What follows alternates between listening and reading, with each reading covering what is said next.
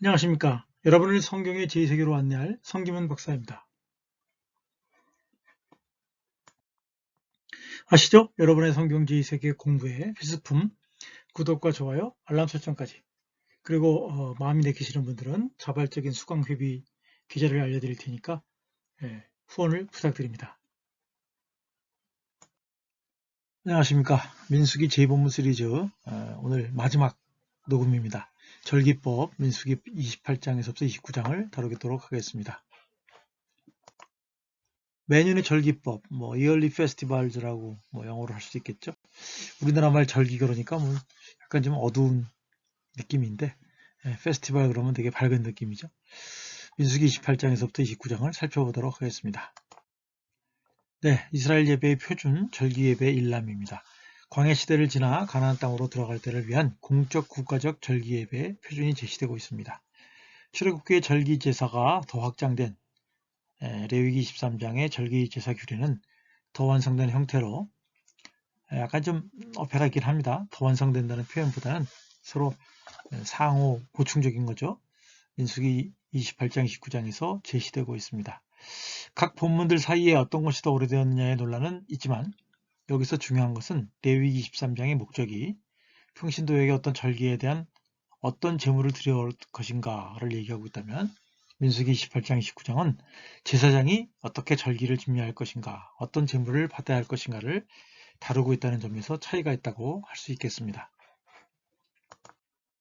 목차를 보면 서울원, 매일의 번제 규정, 매안식일의 제물 규정, 매달 초의 제물 규정, 봄의 제물 규정, 6월절, 무교절, 77절, 가을의 제물 규정, 나팔절, 염키푸르, 추목절 그렇게 나눠볼 수가 있겠습니다. 매년 절기 제물의 대원칙입니다. 내 헌물, 내 음식인 화제물, 내 향기로운 것은 너희가 그 정한 시기에 삼가 내게 바칠지니라. 다른 말로 좀 번역하면 너희가 나의 헌물, 나의 빵, 즉 나의 음식, 나의 향기로운 것을 정한 시기에 삼가 나에게 바쳐라. 이 절기의 특징은 하나님이 정하신 날짜와 시간과 제물을 드려야 한다고 하는 것이죠. 민수기에서는 잘 나타나 있지 않지만 이스라엘의 매년 절기 가운데 오직 3가지만 이스라엘 회중에게 하나님 앞에 나오는 반드시 나와야 하는 것으로 말하고 있습니다. 6월절, 77절, 초목절이죠. 이 부분을 잘 모르시는 분들이 계신데 나머지 절기와 제물들은 제사장이 홀로 집도하는 제사이기도 하고 또 반드시 참석하지는 않아도 되는 것으로 아마 말하고 있는 것 같아요. 절기제물은 번제물, 곡식제물, 술제물, 정화제물로 구성됩니다. 다만 매일의 제물 제사와 안식일 제사에는 정화제물이 상략되어 있습니다.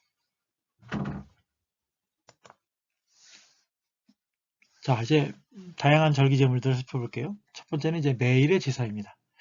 매일의 제사는 제사장이 의무적으로 아침과 저녁에 1년되고 흠없는 순양 한 마리를 각각 드리는 제사입니다.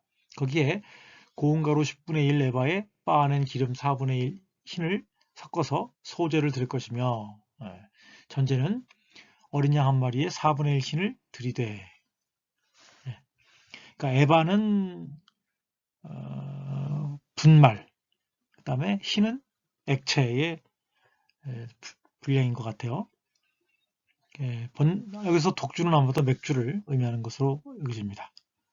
번제와 관련된 에바와 흰의 비율에 대해서는 민수기 15장 4절부터 10절에 잘 나와 있습니다. 특이하게도 여기서 술제물은 거룩한 곳에서 부어드린다고 말하고 있습니다. 왜 하필 번제단이 아니고 거룩한 곳이라고 말하고 있는가 하는 것은 아마도 거룩한 번제단을 지칭하지 않는 것으로 본다면 특정한 거룩한 구역에서 부어드리는 것을 지칭하는 것으로 볼 수 있겠습니다. 말씀드린 것처럼 매일 드리는 제사에는 정화제물에 대한 언급은 없습니다. 자, 이제 두 번째, 매 안식일마다 드리는 제물인데요. 안식일에 드리는 제사도 제사장의 의무적인 업무였습니다. 그 제물은 1년 되고 흠없는 순양 2마리와 고운 가루 10분의 2의 기름 섞은 소제와 그 전제입니다. 곡식제사와 곡식제물과 술제물이라는 거죠. 평일의 제물과는 대비하면 2배의 제물을 드리는 셈입니다. 상번제와 그 전제 외에 그러니까 추가로 된단 말이죠. 매 안식일의 번제. 이때에 이스라엘은 일상노동을 중단하고 쉬어야 합니다. 안식일의 기원에 대해서는 창세기 1, 2장, 안식일의 의미에 대해서는 출애굽기 20장과 신명기 5장을 참조하십시오. 매일의 제사와 마찬가지로 안식일 제사에는 정화제에는 언급이 없습니다. 이제 월삭 걸 보죠. 월삭은 이제 달 첫날, 매달 첫날을 얘기하는 거예요. 그때는 수송아지 2마리와 순양 1마리와 1년 되고 흠없는 순양 7마리의 번제, 매 수송아지에는 고운 가루 10분의 3의 기름 섞은 소재와 순양 1마리에는 고운 가루 10분의 2의 기름 섞은 소재와 매 어린 양에는 고운 가루 10분의 1의 기름 섞은 소재를 향기로운 번제로 삼고요. 또 전제는 송아지 1마리에 포도주 반흰, 순양 1마리에는 3분의 1 흰, 어린 양 1마리에는 4분의 1 흰을 드리고 순염소 1마리를 정화제물로 드립니다. 이와 같은 월삭 제물의 수는 무교절 절기의 경우와 동일합니다. 월삭 제물도 제사장의 공식 업무였으나 나중에 이스라엘이 제물을 드리러 성전에 나오는 의식으로 발달하게 되었습니다.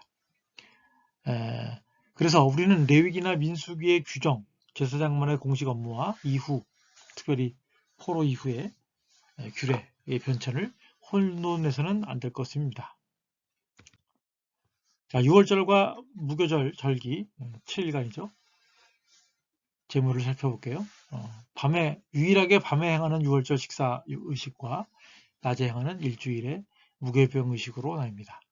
무교병 주간의 제물은 상번제와 전제 외에 월삭 때 제물과 동일한 수로 드립니다.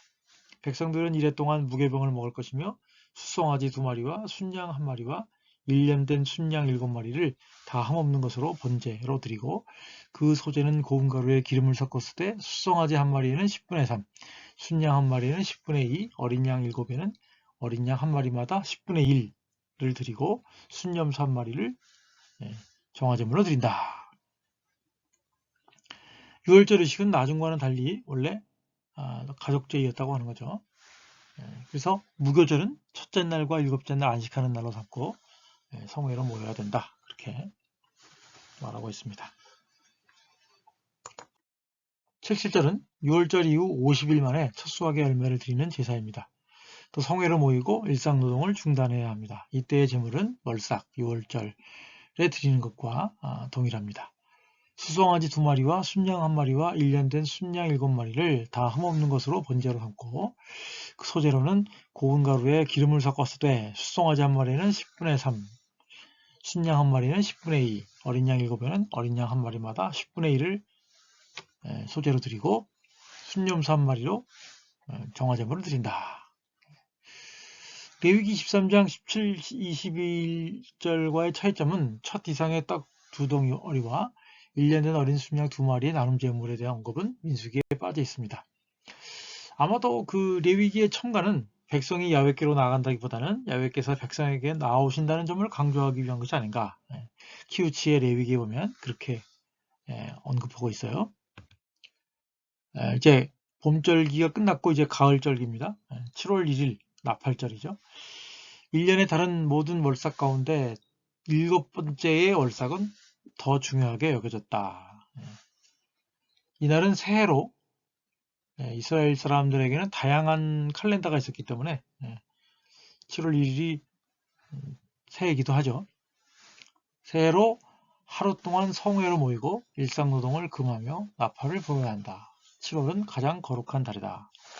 그 달에 매일의 제물과 월삭의 제물을 추가하여 번제와 곡식제물 그리고 정화제물을 드려야 된다라고 하는 거죠. 그래서 이런 식으로 이제 거의 대부분의 절기 제물은 번제, 소제, 그 다음에 술제물 그리고 숙제제라고 하는 구성요소를 가지고 있습니다. 7월 10일 욤키푸르죠. 이날 하루를 성회로 모이고 일상노동을 금하며 금식, 애곡, 고행 등 자기를 괴롭히는 날이다. 매일의 제물과 대리의식의 정화제물 이외에 수송아지 1마리와 순양 1마리와 1년 된 순양 7마리를 다 흠없는 것으로 야훼께 향기로운 번제로 드릴 것이요 그 소재로는 고운 가루에 기름을 섞어 쓰되 수송아지 한 마리는 10분의 3이요 순양 한 마리는 10분의 2요 어린 양 7마리는 어린 양 한 마리마다 10분의 1을 드릴 것이며 순염소 한 마리를 정화제물로 드려야 한다. 여기에서의 대리의식의 정화제물은 아마도 레위기 16장 29절에서 34절의 규칙을 언급하는 것으로 보입니다. 자, 초막절. 초막절을 이제 첫 번째 날에서부터 일곱 번째 날과 여덟 번째 날로 나누죠. 초막절에 대한 규정은 출애굽기 23장 16절, 34장 22절, 레위기 23장 33절에서부터 36절, 신명기 16장 13절에서 15절을 참조하십시오. 절기의 시작 부분에 나타나는 6월절 무교절 절기보다 더 많은 제물을 드리는 절기 기간입니다. 첫째 날은 성회로 일상노동을 금하고 나머지 7일간 여호와 앞에서의 절기로 지키며 매일 드리는 번제 외에 70마리의 숫소를 총 70마리의 숫소를 번제로 드려야 되는데요. 첫 번째 날은 13마리로 시작해서 매일 한 마리씩 줄여서 마지막 날에는 7마리를 드리게 됩니다. 곡식제물과 정화제물의 경우에는 그 숫자가 변화가 없습니다. 그래서 매일의 제물 이외에 번제, 소제, 정화제 이렇게 드려야 되는 것으로 우리가 알 수 있겠습니다. 자, 여덟 번째 날은 성회로 모이고 일상의 노동을 금하며 다음과 같은 제물을 드려야 했습니다. 매일의 상번제와 소제와 전제 외에 번제, 소제, 소전제 그리고 정화제를 드립니다.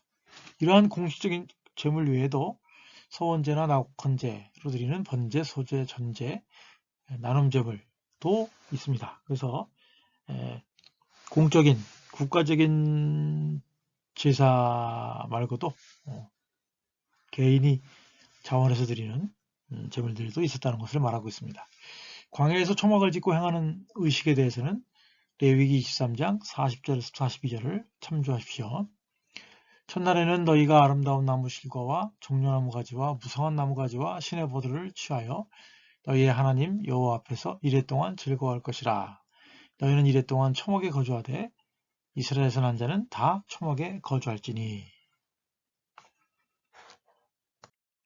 참고문헌은 바룩 레빈 민수기, 그 다음에 제이콥 밀그롬 민수기, 그 다음에 기타 필자의 정리 노트를 참조하였습니다. 네, 감사합니다. 네, 오늘 공부는 여기까지입니다. 성경 제2세계 공부는 계속됩니다. 구독과 좋아요, 알람 설정까지 여러분들의 많은 제작 지원 부탁드립니다. 감사합니다.